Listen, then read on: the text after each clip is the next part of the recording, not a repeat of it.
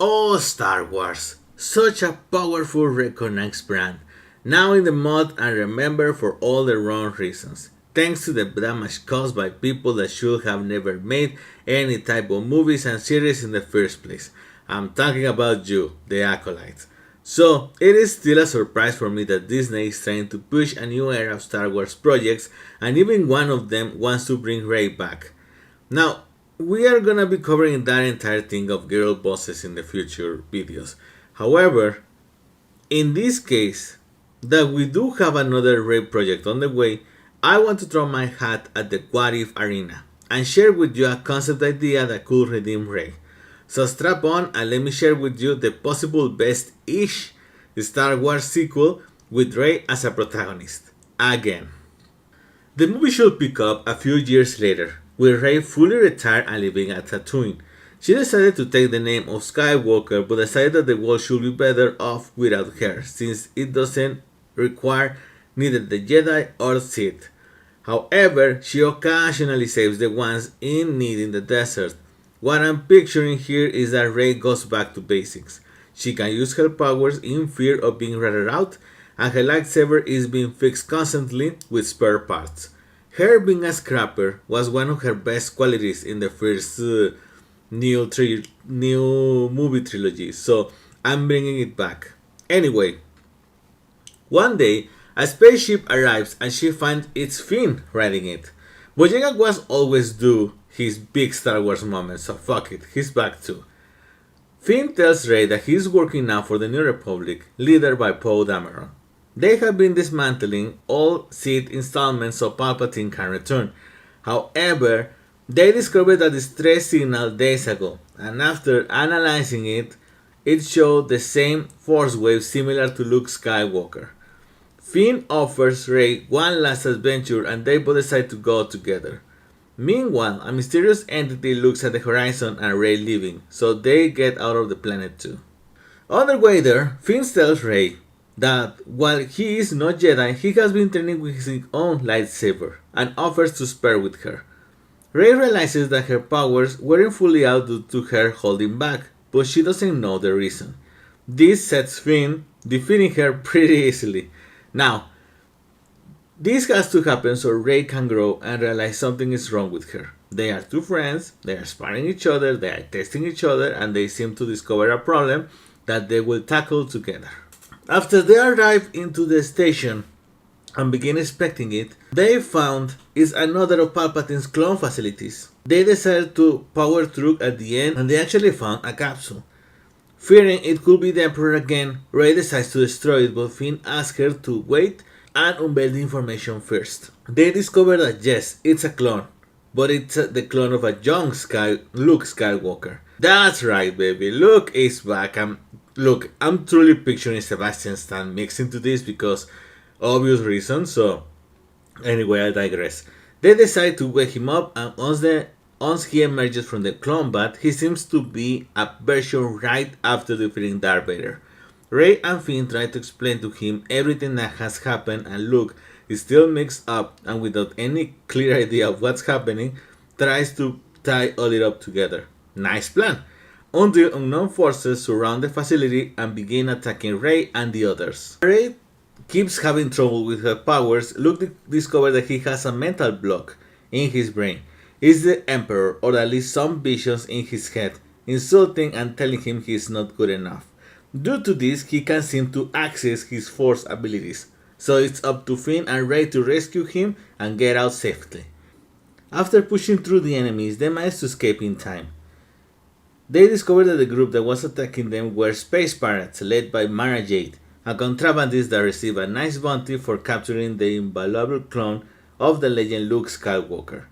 Once they get out of reach, Finn takes them both to the starbase near Coruscant, where they meet Dameron. Once they give their full report and Dameron sees Luke alive and well, he suggests they go to two locations. First, they should go to the black market to find more about Jade's main benefactor, and second, meeting with a secret Jedi Master that can help Luke.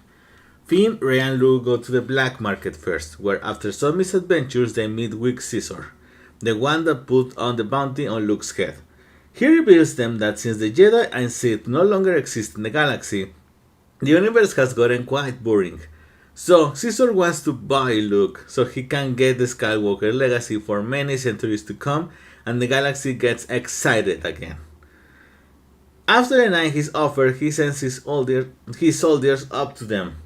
Rey stays behind to fake Caesar but loses again. This time Caesar tells her that she may have an identity crisis. Her powers worked fine when she was just Rey. Could it be that she just doesn't believe that she is deserving the title of being a Skywalker?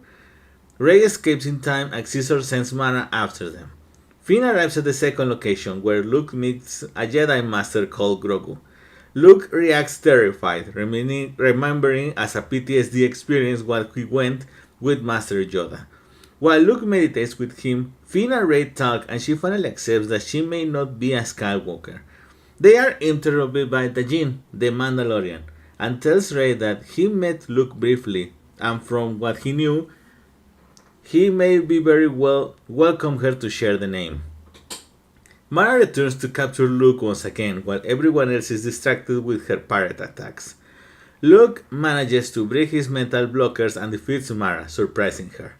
Caesar tells Mara to capture Luke, but she refuses, betraying him. So he sets his final plan in motion. Across the entire galaxy, Caesar officially presents himself as Prince Caesar, and warns everyone that another Death Star has been created and will be activated soon. After everyone reacts with an again, Luke takes it seriously and asks everyone their help to stop it. They all go and actually see that the star base is actually a fake one. It's one made to emulate the front covering as a simple star base. When they land, they are met by Darth Vader. However, Rey stops Luke before striking him and tells him he's just an actor.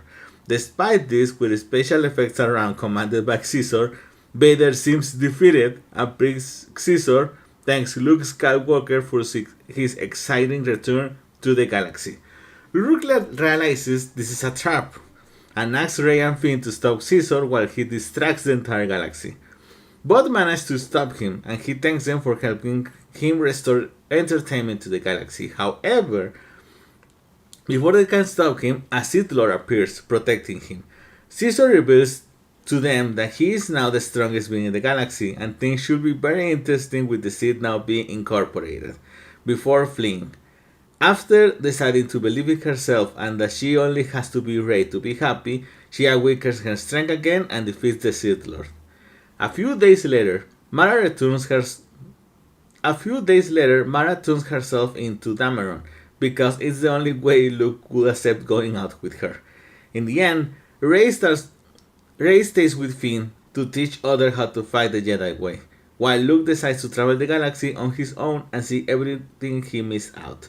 The final scene shows Caesar claiming that there can be a Skywalker without a Solo, revealing a clone bat with the name Jason on it. Now, some quick notes before ending the video because it was super long. Luke has to return. The Skywalker equals the Star Wars saga, so bringing Luke back with the same technology they brought back Palpatine seems pretty disgusting, but it's what we have thanks to Disney. And they won't decanonize anything they did, so we are stuck with this. Rey's journey is about discovery, to accept herself and not depending on some legendary figure to her feeling fulfilled. Finally, Caesar is a representation of us, the fans, the audience. We want this galaxy to feel entertaining again, and right now we are Star Wars Disney Wars villain. So changing a bit of Prince Caesar's personality to fit his desire to restore fun to the galaxy works for a new kind of enemy, not profound like the Sith, but maybe more sinister and unserious. Anyway, hope you like this concept, guys. Let us hope that Disney can do something good with their next films, and tell me your comments down below. Thank you so much for watching, keep writing, and I'll see you in the next video.